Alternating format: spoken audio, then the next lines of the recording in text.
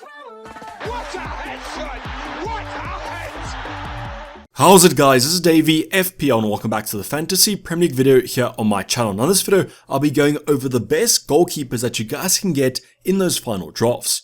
So it's going to be the last installment into our The Best series. We're going over the defenders, the forwards, the midfielders. Now it's time for the final position, the goalkeepers, which is usually quite a contentious position to be honest.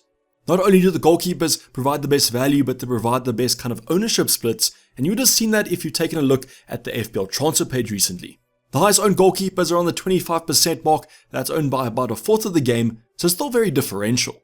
Now this kind of the best series is going to combine the facts that we've raised from the underpriced options, the overpriced options, and the best value options, and in this video I'll be taking a little bit of a deeper dive into the teams and also the goalkeepers. So that's something you guys are interested in, sit back, relax, and let's get straight into it. Use Fantasy Football Fix to help win your mini leagues. Their new Elite XI tool helps you track the world's best managers live, giving you access to the minds of some of the best managers in the world with over 80 top 10k finishers. You'll get game week by game week analysis of their teams, as well as instant team change push notifications from their app available on iOS as well as Android. Get started now for free using the link in the description and get free access to the game week 1 deadline. So the first talking point we're going to be going over is a refresher of the XG conceded and the clean sheet stats of the top 6 teams of last season. Now we did go over this in the defenders, the first position that we did review, so I'll be going over this quite quickly. So the top 6 teams are going to be on screen right now. It's going to be Man City, Newcastle, Arsenal, Aston Villa, United and Chelsea. Now they're not actually ranked by XG conceded, they're ranked by expected clean sheets, which you guys can see on the far right hand side. So the reason I went over expected clean sheets instead of expected goals conceded is because maybe in one game they conceded a lot of goals, then the next one they conceded 0. You can't really get that indication of would a keeper have kept a clean sheet in those games. Then in the middle of those two stats, you guys can see actual clean sheets. This will allow us to see if teams underperformed or overperformed their stats. The first team, Man City, definitely underperformed it, expected clean sheets around the 20 mark, whereas they only kept 13 in real life. Now I know expected stats versus reality, there's a lot of debate to go over there, but I'm a fan of the expected stats, which you guys will see in the upcoming talking points. So going over the top 6 teams from a more holistic overview, got Man City, Newcastle, Arsenal, Villa, United and Chelsea. A lot of us do own these defenders already. John Stones is a healthy ownership at Man City. And also defenders almost a priority. Newcastle be avoiding with their tough start to the season. And then United and Chelsea make up the rest. Now the only team that's not here is going to be Brighton, but they also had some good defensive stats. Just didn't make the top 6 sides, so just keep that in mind. Now the last talking point I want to go over is going to be the expected clean sheets of the previous season. So this is going to be 2 seasons ago. And I want to see if teams are consistent defensively or have had a better season. You guys can see that Newcastle and Aston Villa have had much better seasons, as well as United, with Man City and Chelsea actually dropping. So what that tells us is the Man City and Chelsea defense might be ones to invest in. They might be slightly more differential, but that's because of the expected minutes. But if we can get those expected minutes right, they could be absolute steals. Now the only team that actually overperformed their expected clean sheets is going to be Manchester United. They kept 17 in reality versus 14.44 that were expected. So 2 things could have happened here. The one situation is that the strikers or the midfielders that were playing against them simply missed easy chances, or the second thing is that David De Gea is an absolute shot-stopping merchant. I think it might be a combination between the two, but just something to keep into account if you guys are going to choose Onana, as you don't exactly know how good his shot-stopping ability is in the Prem. So I just thought that was kind of interesting fact there. The only team that overperformed was going to be United, and I've seen Onana's ownership rise quite quickly. But let me know in the comments down below, are there any other teams that you guys would focus on? I know a team like a Crystal Palace, I think they were 7th in terms of expected clean sheets, so their cheap goalkeepers might be ones to watch. I do think though, out of these 6 teams on screen right now, the most popular goalkeeper is probably Onana from United. Haven't seen many Kepas, haven't seen many Edisons. Nick Pope's in a void. Ramsdale's actually the highest owned goalkeeper at the moment, but I haven't seen him in too many people's drafts in the FPL community. So comment down below who's your starting goalkeeper before you guys watch this video, and then you can comment afterwards who you're actually going to select. Now the next talking point I want to run through quite quickly is going to be the top 6 teams in terms of expected clean sheets from 2 seasons ago. You guys would have already seen these stats. Man City got 22.3 expected clean sheets, but now we've seen some new teams, Liverpool, Crystal Palace and Spurs. Now the only team I want to focus on here is going to be Crystal Palace. As mentioned, they narrowly missed out on the top 6 of last season, but they've been pretty consistent over the last 2. So if you guys are looking for kind of a nice cheap goalkeeper, I do think Johnston is a good selection, as long as he's the number 1 between the sticks. Otherwise, I keep on going back to Kepa at Chelsea, 5.0 million only. Yes, I know they might bid for Robert Sanchez from Brighton, but I think Kepa might be underrated. I just wanted to showcase this in case you guys wanted to see who was going to be the top 6 2 seasons ago. But now let's go on to the actual stats, and these are going to be the per goalkeeper stats. All of these came from Fantasy Football Fix. Go over to the Opta Stats sandbox if you guys want to play around with the stats yourself. Otherwise, just watch this video. So the first graph I want to go over is going to be the cold hard FPL points per 90 minutes. What I've basically done here is I've taken the minutes played divided by 90, then divided the FPL points scored by each of these goalkeepers to give you a nice average. Now if you guys have watched my previous The Best series, you'll know that I went over kind of games played and minutes played. It's a little bit redundant with goalkeepers as they're not going to be subbed off in the middle of the fixture. So the first graph here is going to be FPL points per 90 minutes played, and this is going to be the actual points they scored last season. Nicely arranged according to the price points. See, we have 2 goalkeepers at 4.0, simply ignore them. Foster and Travers won't play as their teams are replacement goalkeepers. So let's start off with the 4.5 bracket. You can see Henderson scored the most amount of points per 90 minutes, had a couple of penalty saves at the start of last season, unfortunately got injured, so just keep that in mind that he didn't play the most minutes.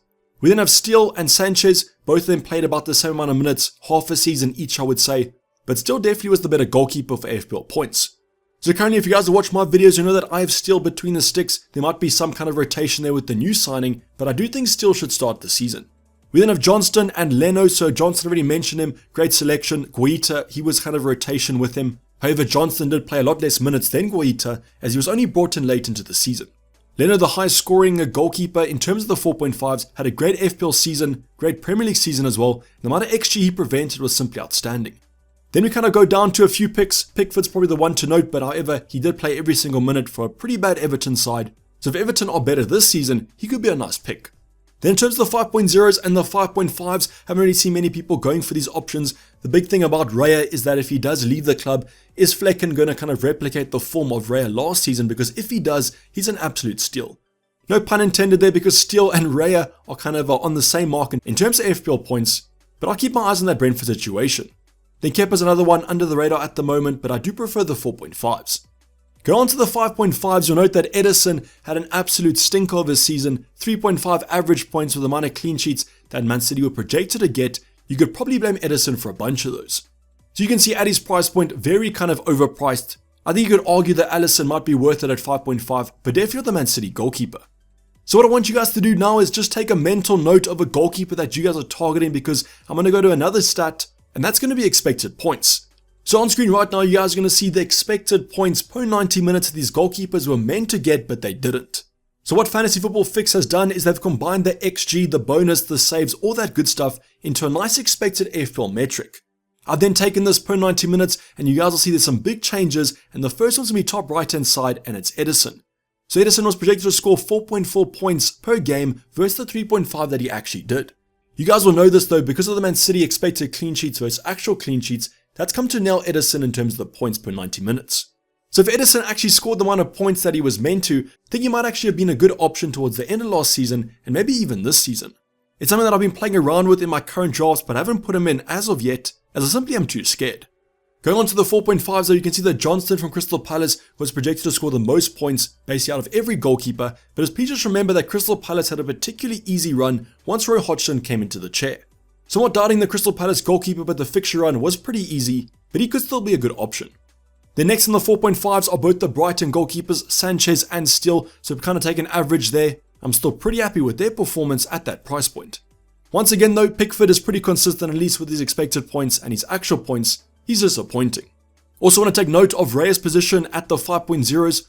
Obviously any sign of a good goalkeeper is XG prevented. It's the same with Alisson. Alisson's taken a massive drop from actual to expected, and the reason for that is that he was kind of saving high XG chances, which the stats are saying that the striker should have scored. So that's what kind of a downside to the goalkeepers, and you shouldn't be kind of downgrading them because of the expected stats, but it's always good to have this in context. But as you would have seen, if you took a mental note from the previous stat to this stat, just rewind it and fast forward it if you guys want to take a look, as it is quite nice to see the actual versus expected. Now the next stat we're going to be going over is the mainstay of most goalkeepers' FPL point scoring, and that's going to be saves. So what I've done is I've taken their saves of the entire season and divided it to get a per 90 minute average. This is how many saves they made per 90 minutes. Once again allocated according to the price, and here's where we really tell who's the best goalkeepers.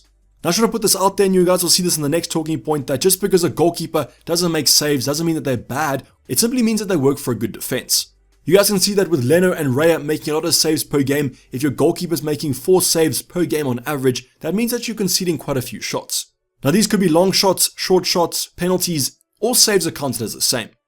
This kind of details why Raya and Leno had such good FPL seasons. They were racking up those save points, racking up those bonus points, and that's why they were the highest FPL scoring goalkeepers.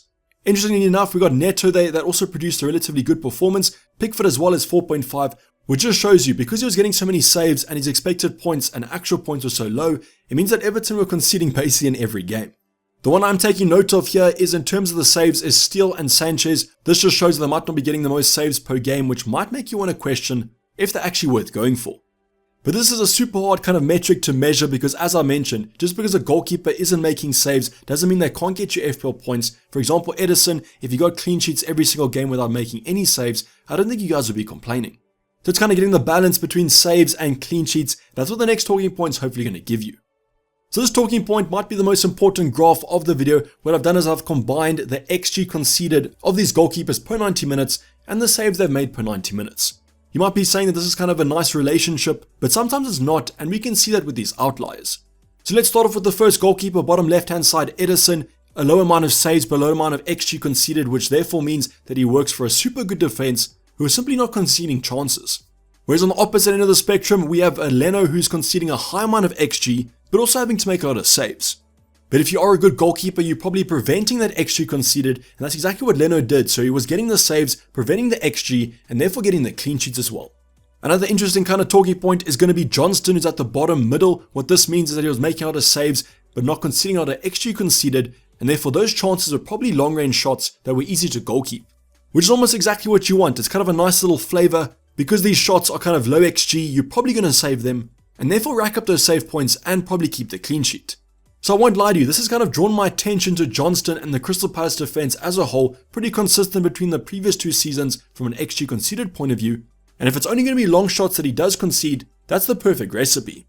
Now I almost wish that Raya was actually going to stay at Brentford, but if his replacement does kind of fulfill his shoes, he could be a great selection, Raya making a ton of saves, but the XG not being that high. That's exactly what you want from your goalkeeper, and the same could be said about a Johnston at a cheaper price point, not making as many saves, but still looking pretty decent. Kepa's another one that was making a lot of saves, but also not conceding that much XG, and that's why I think he might actually go under the radar. But when I do look at my goalkeepers of choice, Steele and Sanchez, this does worry me slightly. They weren't making the most saves in the world, but they were conceding quite a bit of XG, especially Steele when he started at the end of last season. This is a very hard balance to do, and that's why I think the goalkeepers are so split though, because you have to balance the clean sheets and the saves. But if you guys do get it right, could have absolute FPL magic. Let me in the comments down below, who's your goalkeeper of choice right now? Has it changed that you guys have watched this video? I know personally I was on Steele, but now looking at Johnston, as those stats look pretty strong even though they had easy fixtures. Also let me know if you guys are going for 2 rotating goalkeepers, or like myself, are you going for a set and forget? That might be slightly easier. Now the next talking point I want to go over is obviously all the stats that I just showed you were of goalkeepers that played in the Prem last season, but what about the goalkeepers that were new signings or came from a promoted side? Well, the 2 goalkeepers I want to talk about now, the first one's going to be Onana at 5.0, obviously just signed for United, quite an expensive signing but a worthwhile one as they do look to adjust their playstyle.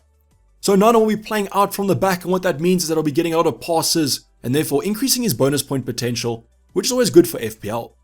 Now the only thing about Onana that I wasn't really too keen on was I wasn't considering De Gea at all, wasn't even looking at the United defense as the fixtures aren't that great to start the season. But I've seen his ownership rising, so pretty popular option at the current moment, and 5.0 is cheap than 5.5 for Luke Shaw. What I will also add, if you guys looked at the team stats previously, they were the only team to kind of overperform their expected clean sheets, and therefore this season they might regress to those expected stats. But still, a great option. I can understand why you guys want to go for it, but currently I'm on the fence. Then the next option, a player that's a kind of a hot topic, is going to be Flecken from Brentford. So at the current moment, Raya is still at the club as I'm recording this video, but as though like he will be departing fairly shortly, and Flecken has been playing the majority of minutes in pre-season. Now he comes in at 4.5, 0.5 cheaper than Raya, but the big question mark is, can he replicate the form of Raya last season? I don't know if you guys have watched pre-season, but he doesn't look as good as Raya to be honest, but he might just be settling in a new team. I do think though that he could be one of the best selections, and if you look at the stats of Raya last season, I know it's quite big shoes to fill, but I do think Flecken has potential. So let's just see what happens come game week 1, but if Flecken's going to be the number 1 with Raya leaving the club, he could actually be the standout 4.5. I just want to highlight these 2 options, can't really rate them from a stats point of view, but I do think they should be on your watch lists. Comment down below if these two selections are your current goalkeepers. Onana's probably, as he's pretty popular. Then the final talking point to go over, as we've done with every position, is going to be what's the cheapest goalkeeper that you guys can get that could potentially play. Now at the current moment there's only one 4.0, and that's Areola from West Ham. Has been playing a few preseason minutes, hasn't looked that great, and Fabianski has looked a lot better, but there's a chance that he starts game week 1. Now the only risk about Areola is I think he's price dropping, as a lot of people do own him. He's quite a high owned goalkeeper at the moment, and if he isn't going to start, that ownership might drop quite quickly. Just keep care of that kind of price break, because the last thing you want is your 4.0 goalkeeper to drop in price, and therefore decreasing your squad value. Now there are some other 4.0s. I think Heaton from United currently comes in at 4.0, and he could move clubs, and if he does, he could be the mainstay goalkeeper after that transfer. But at the current moment, as I mentioned, Areola is the only 4.0 that potentially could play. If there are any other 4.0s that I've missed, comment them down below, but I think we are kind of not spoiled for choice. But otherwise, this is basically going to wrap up the video, guys. Hope you guys did enjoy it. Please don't forget to like if you did, and subscribe if you haven't subscribed yet. Tons of content still coming up in preseason, upcoming drafts, team selections, and all that good stuff, so make sure those notifications are turned on. But I'm going to sign off. This has been Dayvy FPL, and I'm out. Cheers, bye.